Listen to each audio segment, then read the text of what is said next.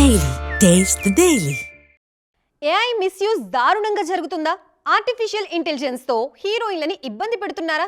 వాళ్ళ వ్యక్తిగత విషయాల్ని సైతం ఏఐతో నాశనం చేయాలని కుట్ర చేస్తున్నారా? తాజాగా మన హీరోయిన్స్ కోపం చూస్తుంటే ఇది నిజమే అనిపిస్తోంది. మరో హీరోయిన్ సైతం ఏఐ మిస్యూజ్ పై తన గళం విప్పింది. ఇంతకీ ఎవరామా? ఆమెకు జరిగిన నష్టమేంటి?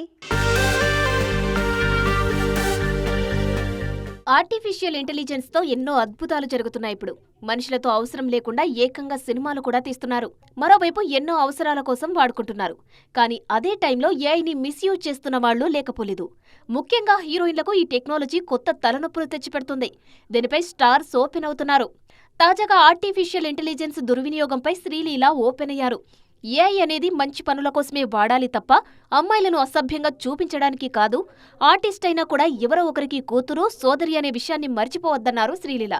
మేం సేఫ్ ప్లేస్ లో పనిచేస్తున్నామని ధైర్యాన్ని ఇవ్వాలని కోరారు ఈ భామ. ఈ మధ్య రష్మిక మందన ఏఐ మిస్యూజ్ పై ఓపెన్ అయ్యారు.